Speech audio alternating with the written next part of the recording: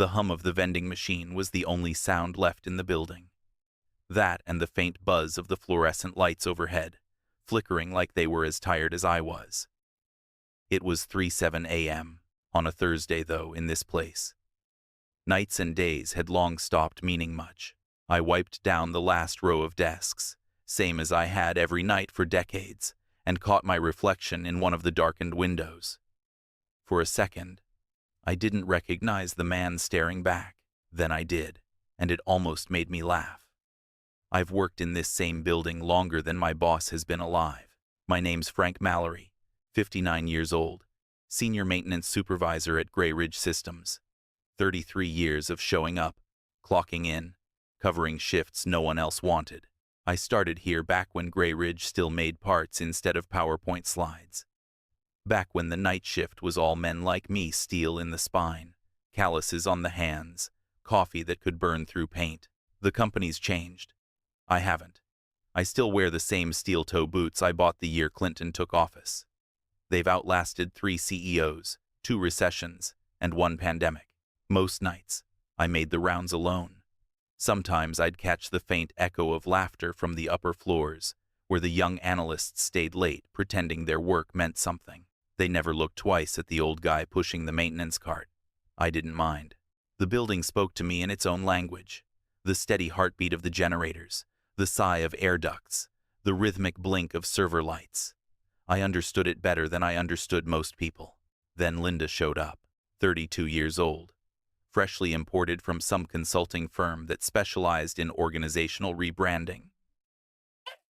She wore ambition like perfume, loud, sweet, and choking, if you stayed too close too long. The first time we met, she smiled too wide and called me Mr. Malloway. Didn't even get the name right. I corrected her, politely. She laughed and said, "You're old school, huh?"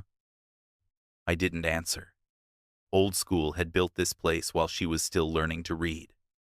Her kind didn't last long at Gray Ridge. They showed up talking about synergy and left 6 months later talking about burnout. But Linda was different. She knew how to smile in meetings, how to repeat whatever corporate said in a tone that made it sound like her own idea. I could tell she was climbing. The thing about ladders, though sooner or later, you step on someone else's hand to keep moving up. A few weeks back, she called me into her office. The walls were covered in motivational posters about teamwork. She sat behind the desk like a teacher waiting to scold a child. "Frank," she began, clasping her hands, "you've been with us a long time. That's never how a good conversation starts." I nodded, waiting. "You've seen a lot of changes here," she continued, "and you've done great work. Really. But the company's moving in a new direction. A fresh direction." She paused like she was waiting for applause. "We're introducing a new systems coordinator role, more digital oversight, less manual involvement. It's where the industry's headed. I think it's time we let some new blood take the reins." I could feel the words before she said them. "You're a relic from a different era, Frank. It's not an insult, it's just reality." She smiled, like calling me obsolete was an act of kindness. "We'd like you to train your replacement over the next few weeks. Her name's Ava. She's been here about 3 months. Bright, adaptable, great with tech." I'd seen Ava around new hire, barely out of college. Spends half her shift on her phone. I wanted to ask if being great with tech included knowing which breaker controls the backup generator, or how to reset a clogged coolant valve at 2 in the morning. But I didn't ask. Instead, I looked at Linda, at the neatly stacked folders on her desk, the framed diploma that said she knew everything worth knowing. Then I nodded once. "Understood." She blinked, like she'd expected a fight. "Frank, I want you to know this isn't personal." "Nothing ever is," I said. And that ended it. That night, I finished my rounds. Every corridor, every door, every switch that had listened to my footsteps for 3 decades. When the sun started breaking over the city skyline, I turned in my keys and badge. 33 years deserves more than an argument. I walked out through the glass lobby, the new receptionist barely glancing up as I passed. Outside, the morning air was cold enough to sting. I stood there a moment, watching the reflection of Grey Ridge Systems in the glass doors. Then I slipped the plastic keycard into my pocket. It was still warm from my hand. The first week after I left Grey Ridge, I still woke up at 2 a.m., sharp. Years of conditioning don't disappear just because someone hands you a cardboard box and a handshake. I'd lie there in the dark, staring at the ceiling, waiting for the sound of the building, the low hum of machinery, the clatter of pipes, the distant elevator groan that marked another night survived. But my bedroom was silent, the kind of silence that hums in your ears until it feels like pressure. I'd reach for my work boots out of habit, then stop halfway, hand frozen, remembering there was nowhere left to go. I tried to make use of the time. I fixed the squeaky hinge on the front door, cleaned out the garage, even changed the oil on my old Ford. But a man can only polish what's left of his life so many times before he starts to see himself reflected in the rust. Some mornings, I'd drive into town and sit in the diner off Route 47, the one that used to open early for night shift workers like me. The waitresses knew me by name, or they used to. Now they looked past me, serving younger faces with lanyards and tablets instead of tool belts. I filled out job applications online, maintenance positions, custodial work, even part-time security. I listed 33 years of experience, spotless record, 0 absences. Most listings said, seeking dynamic, tech-forward candidates. That's corporate talk for, you're too old. Nobody wanted a relic who knew how to listen to machines instead of apps. When you've given a place your best years, leaving feels like stepping out of your own skin. One afternoon, while scrolling through local news, I saw Grey Ridge's logo flash across the screen. The headline read, Grey Ridge Systems announces new leadership and innovation initiative. Beneath it, a photo Linda, in a sharp blue blazer, smiling like she'd personally invented progress. Next to her stood Ava, wearing the safety vest I used to keep in my locker, the same one I'd lent her for her training. They both looked proud, young, untouched by the years this job had carved into me. I should have turned the TV off, but I didn't. I watched until the segment ended, then sat there for a long time with the remote in my hand. Not angry yet, just hollow. A few days later, my phone buzzed with a message from Rick, one of the night techs. Hey Frank, you hear about the system outage last night? Total shutdown for 3 hours. No backup logs. Linda's losing her mind.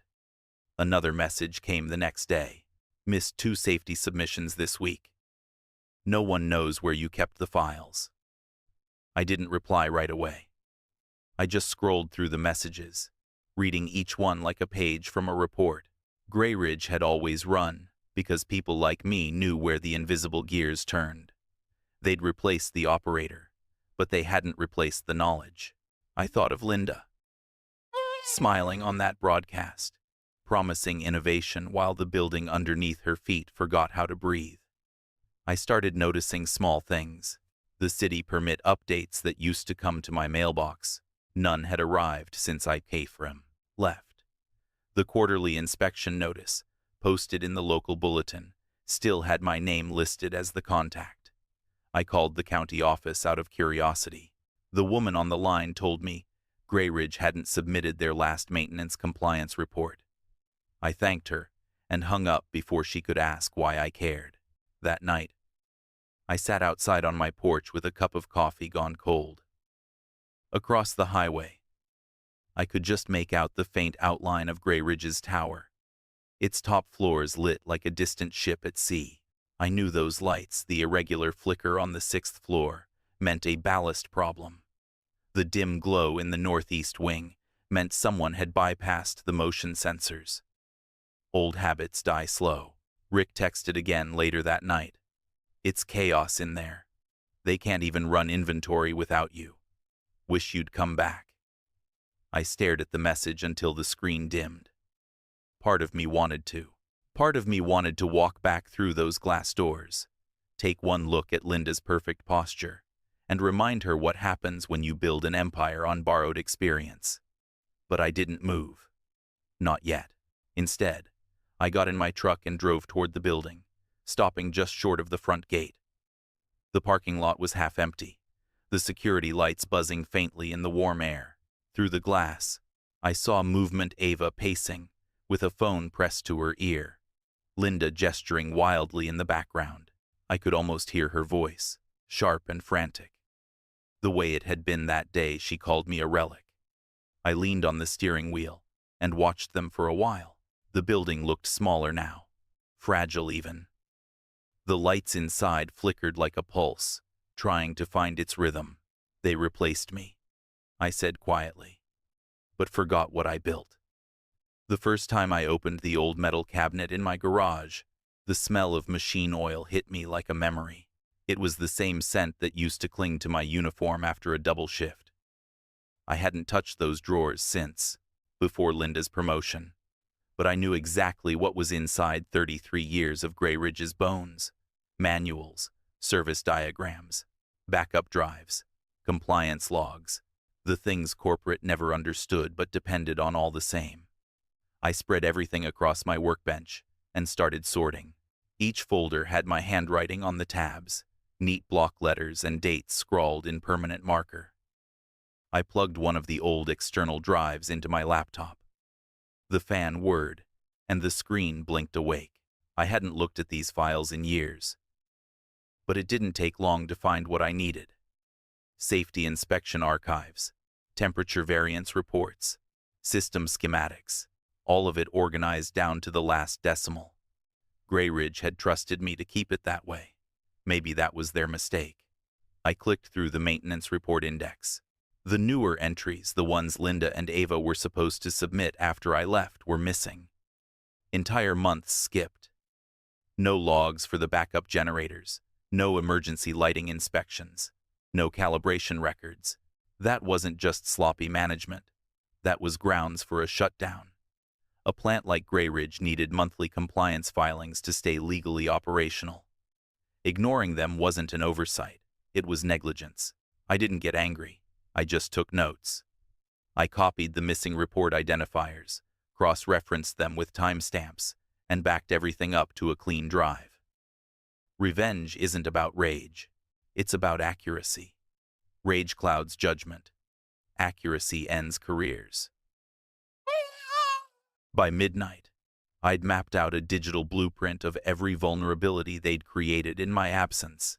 I knew how to access the maintenance servers remotely. My credentials had been deactivated, but I still knew the back doors. Security systems were predictable. The IT department ran patches quarterly, always at the end of the month, always leaving a 2-hour window where verification protocols lagged. I waited until that window opened and slipped in. The old dashboards were still familiar. I navigated through layers of internal reports, pulling copies of everything Ava had filed under her name. It was a mess. Half-completed checklists, mislabeled equipment IDs, falsified inspection signatures. The last one stopped me cold. A digital safety certificate, submitted 3 weeks ago, signed F. Mallory. My name. My old signature, scanned from an archived document. For a moment, I just stared at the screen. Then I leaned back, exhaled slowly, and felt something click into place. It wasn't surprise. It was confirmation. They hadn't just forgotten what I built. They were using it to cover their incompetence. I printed the file and marked the metadata chain with a pen. Then, I took screenshots of the submission history, file paths, and access log anomalies. Each capture got its own timestamp and cross-reference ID, old habits. When you've spent decades documenting every bolt and circuit, evidence becomes second nature. Around 2 a.m., I drove to the edge of Grey Ridge's property. The security cameras hadn't moved since my time there. I knew their blind spots by heart: the gap near the maintenance dock, the offset angle by the generator alley, the dead zone where 2 lenses overlapped and left a 5-foot corridor of darkness. The night air was heavy, with the scent of ozone and diesel. I slipped through the gate the same way I used to during storm repairs. Quiet, unseen. The corridors were dimly lit, the hum of machinery echoing through the concrete. I walked past the new safety posters plastered over old bulletin boards. Efficiency through innovation, a slogan to hide decay. In the server room, I connected a portable drive and mirrored the network's audit logs. No alarms, no flags. They downgraded the system last month to save power. I almost smiled at that. I moved slowly, deliberately, copying everything: emails, data trails, report templates. When I was done, I stood there for a moment, surrounded by the faint buzz of cooling fans. On my way out, I paused by the door to my old office. The nameplate was gone, replaced by Ava Morgan, systems coordinator. I opened the door anyway. The desk was cluttered with energy drink cans and half-written notes. My old mug was still there, tucked behind a monitor, stained but intact. I picked it up, turned it in my hand, then set it back exactly where it had been. Some ghosts belong where they are. Back home, I cataloged the files in order, building my case piece by piece, screenshots in one folder, correspondence in another. The forged signature at the center, like a fuse waiting to be lit.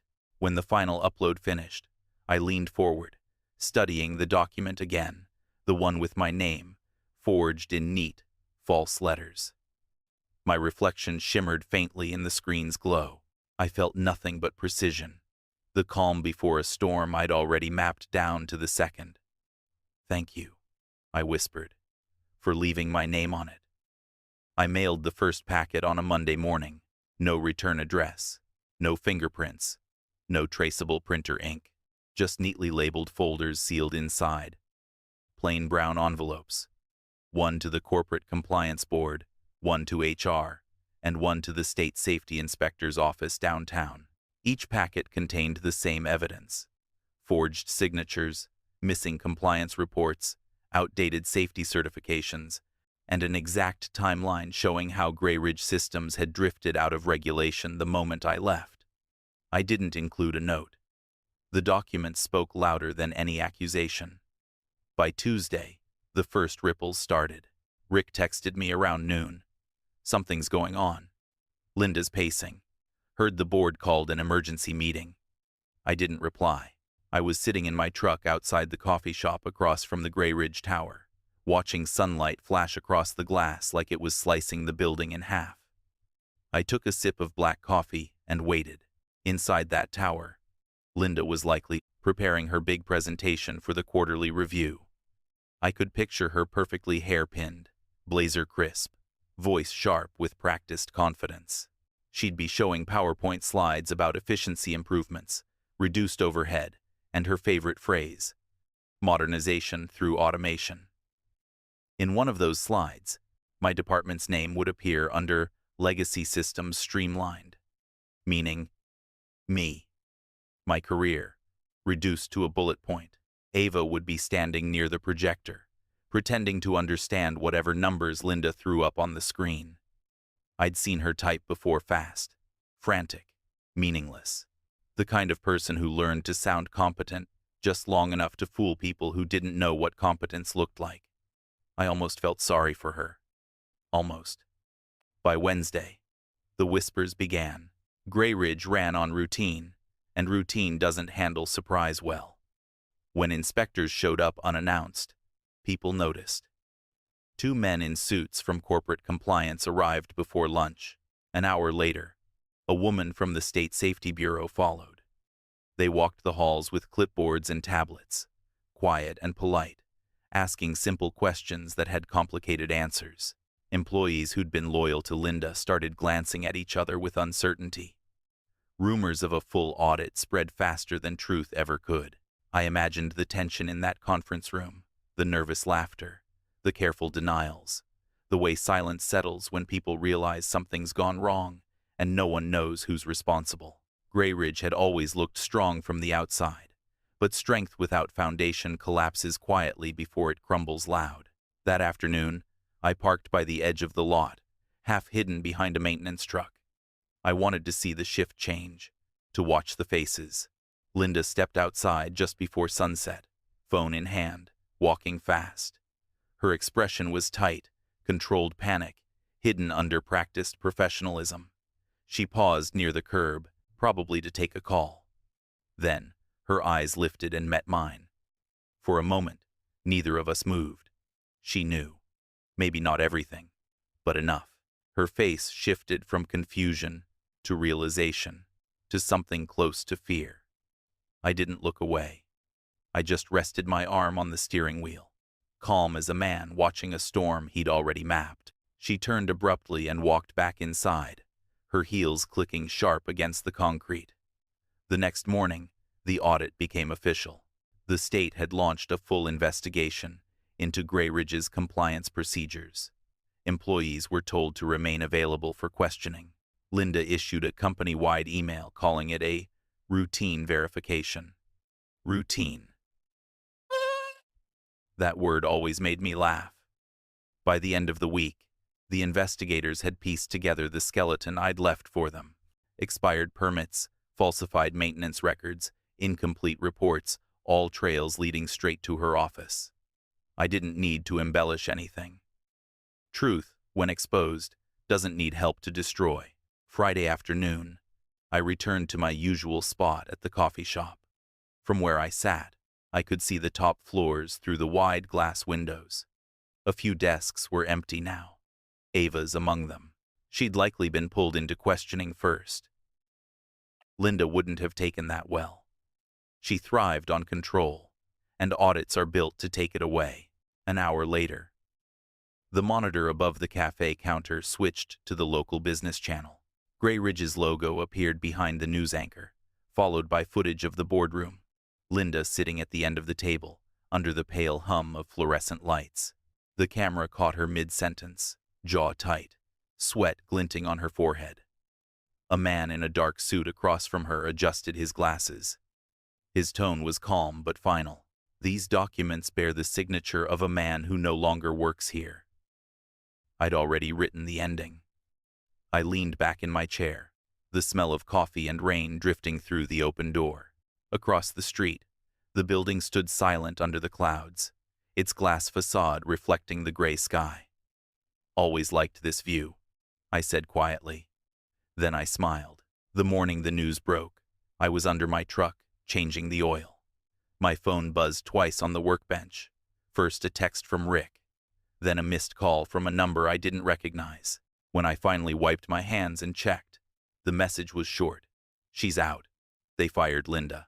HR and legal escorted her off the floor this morning. I sat there for a long moment, the socket wrench still in my hand, the hum of traffic drifting from the highway. 33 years of loyalty, dismissed like a worn-out manual, and now the universe had finally balanced its books.